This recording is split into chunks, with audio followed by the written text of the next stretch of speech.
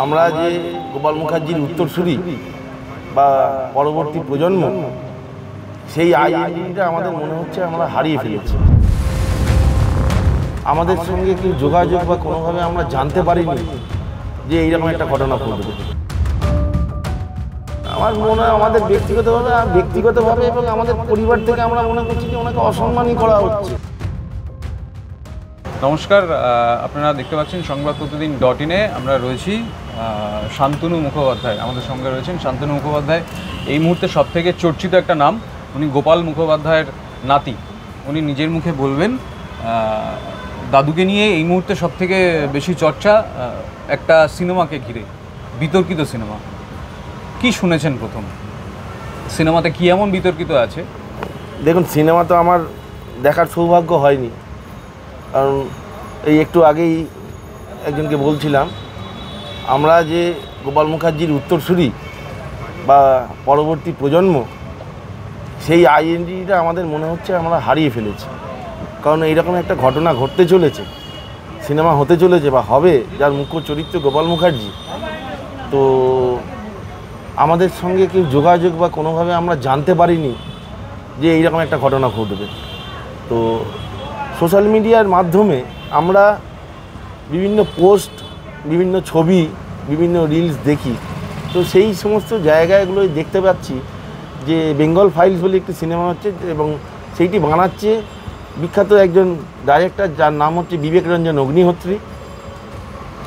তো উনি ওনার রিলসে দেখাচ্ছেন, ওনার রিলসে উনি বলছেন, কলকাতা শহর মে এক কসাই থা। আমি জানি না উনি কতখানি রিসার্চ করেছেন বা ওনার কার কাছ থেকে রিসার্চ ওয়ার্ক, যে একজন রেভলিউশনারি ব্যাকগ্রাউন্ড থেকে, স্বাধীনতা সংগ্রামীর পরিবার থেকে স্বাধীনতা সংগ্রামে অংশগ্রহণ করা মানুষকে যে কসাই বলে সম্বোধন করছে, যেখানে তার ছবির সমস্ত পোস্টারে, সমস্ত এতে দেখতে পাচ্ছি তার মুখ্য চরিত্র নাকি গোপাল মুখার্জির মুখ্য চরিত্র করেছে নাকি সৌরভ দাস বলে একজন অভিনেতা, আমাদের পশ্চিমবাংলার কলকাতারই। তো পাঁঠা বলে লেখা। পাঁঠার ব্যাপারটা কি আমি বুঝতে পারছি না, কে পাঁঠা, কী পাঁঠা। আমি এই ব্যাপারগুলো আমরা সত্যি কথা বলতে উনি কতটা সম্মান দিতে পেরেছেন আমি জানি না, যে এই সিনেমাটায় গোপাল মুখার্জিকে তুলে ধরে। আমার মনে হয় আমাদের ব্যক্তিগতভাবে এবং আমাদের পরিবার থেকে আমরা মনে করছি যে ওনাকে অসম্মানই করা হচ্ছে। যে এইরকম একটা ব্যাকগ্রাউন্ড থেকে, এই ঘরানা থেকে যে মানুষটা আসছে আজকে, সেই মানুষটাকে তুমি একজন কসাই বলে সম্বোধন করছো। তাকে নাকি মারওয়ারিরা প্রচুর টাকা দিয়েছিল অস্ত্র কেনার জন্য, এবং সেই অস্ত্র নিয়ে উনি নাকি 46-এর দাঙ্গায় মুসলমানদেরকে মেরেছিলেন। মুসলমানদেরকে মেরেছিলেন কী করে বলছিলেন উনি? কী রিসার্চ ওয়ার্ক করেছিলেন? দাঙ্গাটা পরিচালিত হয়েছিল মুসলিম লীগ দ্বারা।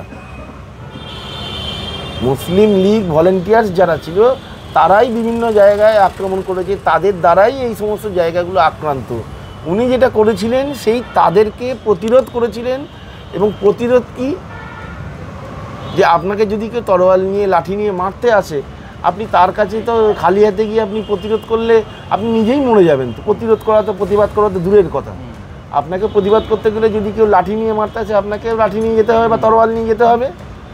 তো এক্স্যাক্টলি উনি নেতাজির মতাদর্শে দীক্ষিত, ভাবধারায় দীক্ষিত, মারের বদলা মার, সেই জায়গায় ওনাকে লড়াইয়ের মাধ্যমে এই জায়গাটা ওনাকে প্রতিবাদ বা প্রতিরোধ করতে হয়েছে লীগ দাঙ্গাকারীদের। ওনার মুসলিম পরিবার, মুসলিম মহিলা বলুন, বাচ্চা, বৃদ্ধ বৃদ্ধা, এই সমস্ত লোকের উপরে ওনার কোনো স্ট্রিক্টলি ইনস্ট্রাকশন দেওয়া ছিল।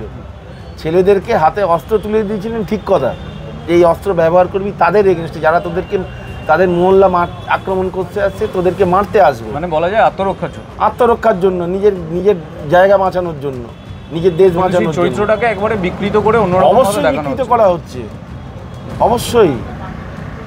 আচ্ছা, আমি শুনেছি আপনার সাথে কথা বলতে বলতে আগে উনি অনুশীলন সমিতির সঙ্গে যুক্ত ছিলেন। এই ওনার মানে গোপাল মুখার্জির পরিচয়, আমি বলি আপনাকে ইতিহাসটা কি? আমি বলি আপনাকে, ভারতবর্ষের স্বাধীনতা আন্দোলনের যদি 10টা পীঠস্থান থেকে থাকে, তার মধ্যে অন্যতম পীঠস্থান হচ্ছে সশস্ত্র বিপ্লবের এই মলঙ্গালেন। এই মলঙ্গালেন থেকেই তখনকার দিনে যে সমস্ত দলগুলো, আখড়াগুলো স্বাধীনতা আন্দোলনে অংশগ্রহণ করেছিল, যেমন অনুশীলন সমিতি, যেমন যুগান্তর দল, যেমন হচ্ছে আপনার আত্ম উন্নতি সমিতি, এছাড়াও আরও অনেক দল আছে। এই আত্ম উন্নতি সমিতি আমাদের এই মলঙ্গলেন থেকেই পরিচালিত হতো। গোপাল মুখোপাধ্যায়ের কাকা বিপ্লবী অনুকূল মুখার্জি, বিপিন বিহারী গাঙ্গুলি, হরিদাস দত্ত, গিরীন্দ্রনাথ বন্দ্যোপাধ্যায়, রনেন গাঙ্গুলি, অংশু ব্যানার্জি, এই সমস্ত মানুষরা ওই আত্ম উন্নতি সমিতির একজন স্তম্ভ ছিলেন। এই ঘরটাও কি তারই একটা অংশ? কারণ এখানে প্রচুর আমি হ্যাঁ বলতে পারেন এই যে জাতীয় আত্মোত্থান সমিতি আপনি দেখছেন, এই আত্ম উন্নতি সমিতি এবং ভারতের জাতীয় বাহিনী তৈরি করে উনি ভারত ছাড়ো আন্দোলনে অংশগ্রহণ করেছিলেন। এই দুটো জিনিসেরই একদম বলতে পারেন যে মিলিত প্রয়াস এই জাতীয় আত্মোত্থান সমিতি। আচ্ছা, কারণ 46-এর দাঙ্গা হয়ে যাওয়ার পর উনি জাতীয় বাহিনী ভেঙে দেন। আচ্ছা, তারপরে এই দলটা একটা জাতীয় আত্মোত্থান সমিতি, যেটা নেতাজির বীজমন্ত্র, নেতাজির ভাবধারায় দীক্ষিত, এবং সেই লিগাসিটাকে আমরা এখনো পর্যন্ত বহন করে নিয়ে চলেছি। আচ্ছা, একতা, বিশ্বাস এবং বলিদান। আচ্ছা, গোপাল মুখোপাধ্যায় থেকে মানে সব থেকে বেশি যে নামটা পরিচিত হয়ে গেছে গোপাল পাঠা, এইটার ইতিহাসটা কীভাবে? পয়াকার থয়চন্দ্রবিন্দু আঁকা মানে যার মাংস আমরা খাই, পাঁঠা। অ্যাকচুয়াল কথাটা হচ্ছে পাঠা, পয়াকার থয় ঠয় হসন্ত আকার। পাঠা মানে আমি বলি না যে এই ছেলেটার বুকের পাঠা আছে।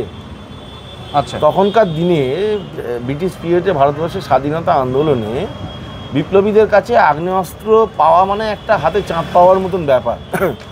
তারা বিভিন্ন সময় বিপ্লবীরা ইংরেজদের সঙ্গে লড়াই করেছে, মুষ্টিযুদ্ধ করেছে, কেউ কেউ লাঠি চালিয়েছে, ছোড়া চালিয়েছে, এইরকম সমস্ত। এবং কলকাতা শহরের বিভিন্ন জায়গায় তখনকার দিনে আখড়া ছিল, এখনও অনেক আখড়া রয়েছে, পুলিন বিহারী দাসের আখড়া, বিষ্ণু ঘোষের আখড়া।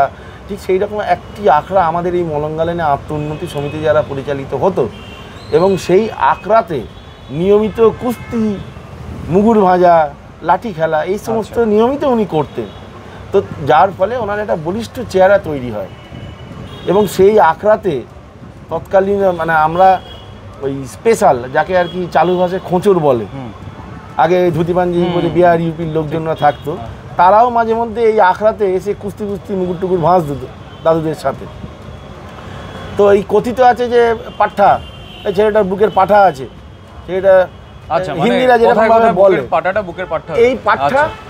আর ওনার যে প্রফেশনটা, উনি যে মাংসের দোকান করেছিলেন, হিন্দু বাঙালি হিন্দুর পাঁঠার মাংসের দোকান, যেটা ঝটকা পশে যে কাটা হয়, যেভাবে বলি দেওয়া হয়, তো এই দুটোকে মিলিয়ে যারা নিন্দুক তারা ওই নামের সঙ্গে পয়াকার থয়চন্দ্রবিন্দু আকার পাঁঠা এটা যোগ করে দিয়েছে।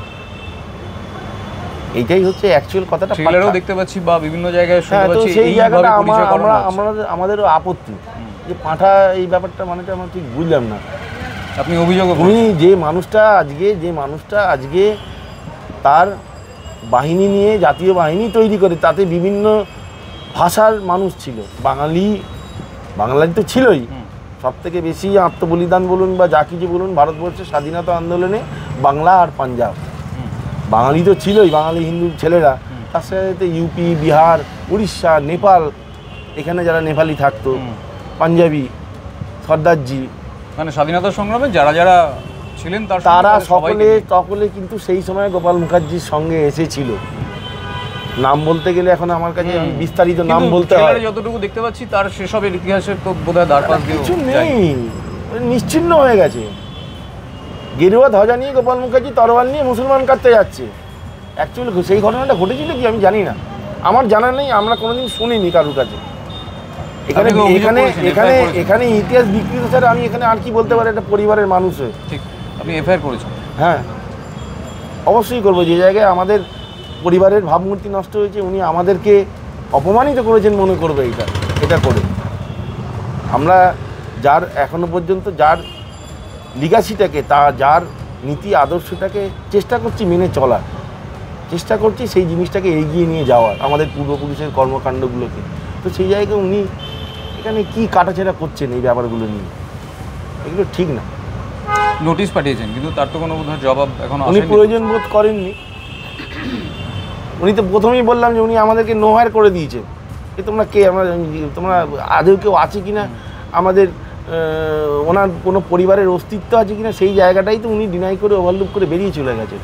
তো সেই জায়গায় আমরা কী করব, কী বলবো?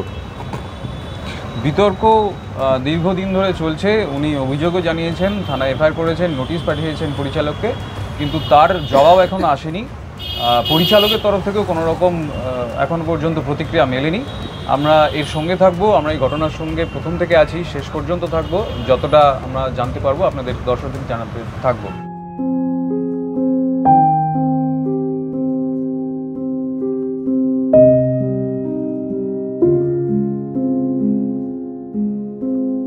ক্যামেরায় শুভজিৎ মুখোপাধ্যায়ের সঙ্গে ধ্রুবজ্যোতি বন্দ্যোপাধ্যায়, সংবাদপ্রতিদিন.in।